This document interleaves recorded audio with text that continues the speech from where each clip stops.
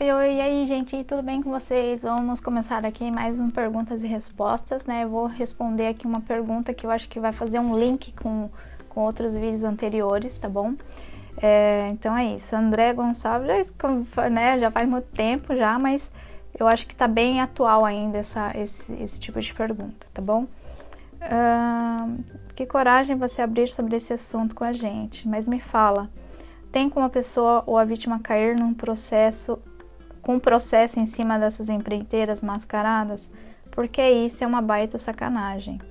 Então, gente, a gente falando sobre as empreiteiras, que algumas empreiteiras fazem algumas coisas aí que não é muito legal e tal, né, como a gente andou comentando sobre aí. Só que aquela coisa, né, gente, tem muita máfia envolvida, entendeu? Tem muita máfia envolvida entre as empreiteiras, né, tem alguém de costas quentes aí, né, por trás. E aí, assim como no Brasil, tem aquela questão lá, né, como que eu falo? Esqueci o nome. Despistar da polícia, despistar das coisas que vão ferrar a empreiteira, o que elas fazem? Elas abrem subnomes. É assim que fala, não sei. Por exemplo, você tem um nome, quando você tem uma empresa, você tem um nome fantasia, certo? E aí, é uma pessoa jurídica, certo? E aí você pode criar como se fosse assim, grupos, entendeu? Dentro de um nome fantasia existe um grupo que tem subnomes ali. Então, por exemplo, sei lá, vou dar um exemplo aqui, tá bom, gente? A empreiteira é XYZ. Daí aqui elas vão criar nomes subgrupos, sei lá, Light, né? Então a Light faz parte do grupo da XYZ. A Vermelho faz parte da YYZ. Então eles vão fazendo isso para quê? Para fugir dos impostos, para fugir de coisas, sei lá, não sei se estão fazendo coisas ilegais aí, entendeu? Mas enfim, eu não posso falar que todas as empreiteiras são, aquelas coisas assim, que são todo mundo sujo e não sei o quê, mas assim, deve ter empreiteiras que elas trabalham mais decente, né, vamos dizer assim. Elas trabalham mais licitamente. E tem aquelas umas que não, né? Mas por isso que eu falo, né? Quando eles querem despistar de alguma coisa, eles vão criando grupos dentro, né? Então é isso que eu tenho observado aí.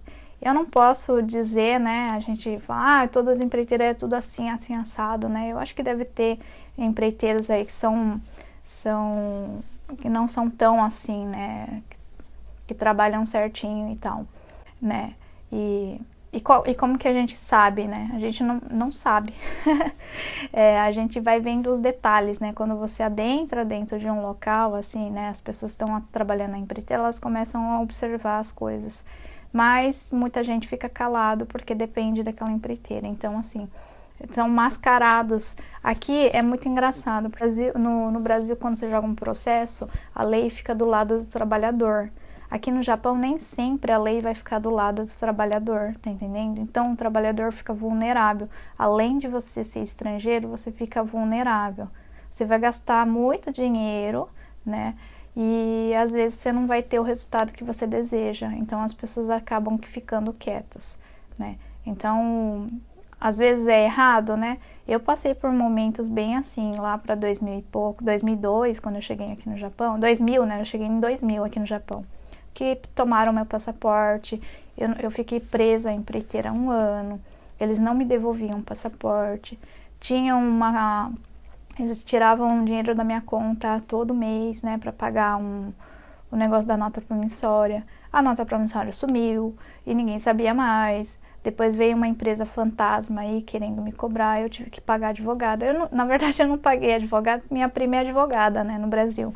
Então, assim, tem a minha prima e tinha um outro amigo, um amigo nosso também que é advogado, então ele resolveu bastante uns pepinos que teve em relação a isso. Mas você vê, né, muita gente fica na mão das empreiteiras, mas por quê?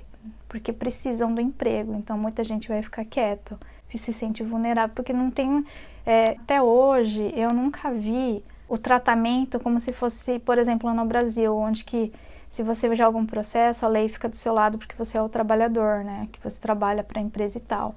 Aqui no Japão, eu já vi alguns processos rolando, inclusive de um lugar que eu trabalhei, e o funcionário perdeu. Por quê?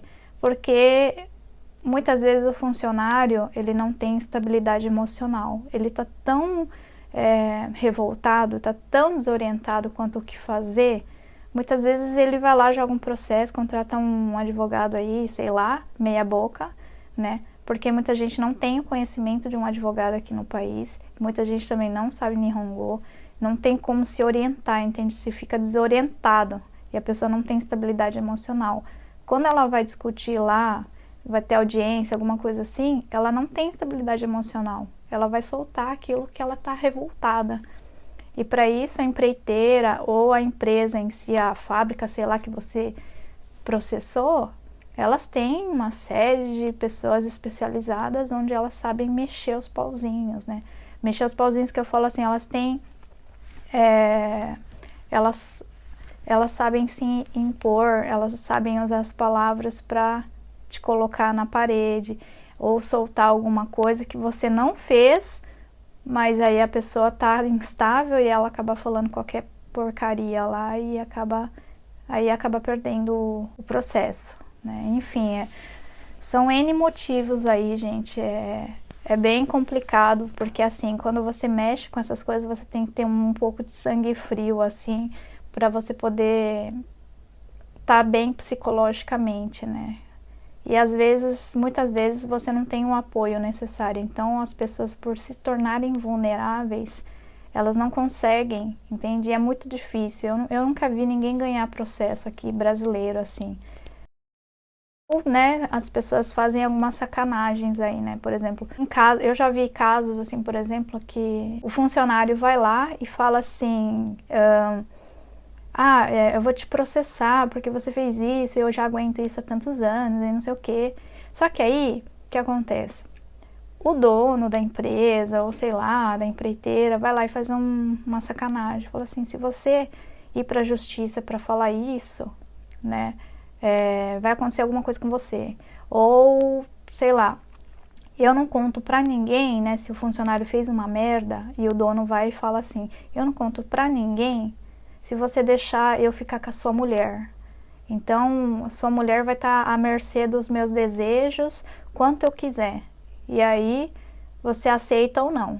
Então, assim, gente, Japão também não é só mar de rosas, não, sabe? Tem muita falcatrua, tem muita sujeira, tem coisas incríveis, tem coisas lindas, né? É um país com uma cultura incrível, né? Muita gente consegue guardar dinheiro, mas tem muita gente que se perde aqui, né? Eu já comentei sobre isso, né? As pessoas se perdem da sua própria identidade, né? E também tem esse tipo de coisa que acontece, gente. Não é diferente do Brasil, entendeu?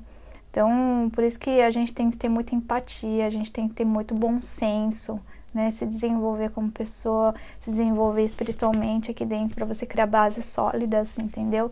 Para você entender o que são valores e crenças na sua vida, o que é importante para você, entende? Para você não se deixar levar, né? Hoje, talvez, né, com tanto que agora eu já fiquei meio velha, assim, né? Mas, enfim, a gente passou muita coisa, né, aqui fora, no exterior. Eu passei muita coisa no Brasil também, porque eu posso dizer, né, que eu morei metade da minha vida no Brasil, metade da minha vida no Japão. Foi idas e voltas, mas sempre com muito discernimento, sempre com muito... a gente não faz as coisas à toa, tem que ser pensado, raciocinado, sentido, né? Então, para você que acha assim que a gente não pode falar, então tem gente que fala assim, mas a fulana de tal não pode falar isso, não pode falar assado. Eu tô compartilhando com vocês o que eu vivi, o que eu vi, né? Talvez não seja muito certo eu estar falando esse tipo de coisa, mas é um compartilhar só, né? Eu só tô falando o que eu vivi. Mas enfim, né? Tem muita coisa aqui no Japão, né? E quem somos nós para julgarmos, né? Coisas da vida acontecem aqui no Japão, acontecem no Brasil e em qualquer lugar do mundo, né?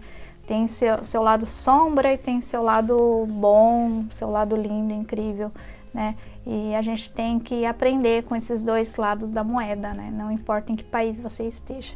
Enfim, É isso, gente. Se você gostou desse vídeo, né, se inscreva aqui no canal. Se você é novo, né, aperte o sininho para você receber as atualizações, né? Deixa seu like, né, os favoritos, ou compartilha com seus amigos se isso foi útil para você. Deixa aqui nos comentários o que você achou ou alguma nova pergunta, porque você me ajuda a trazer relevância para esse vídeo, tá bom?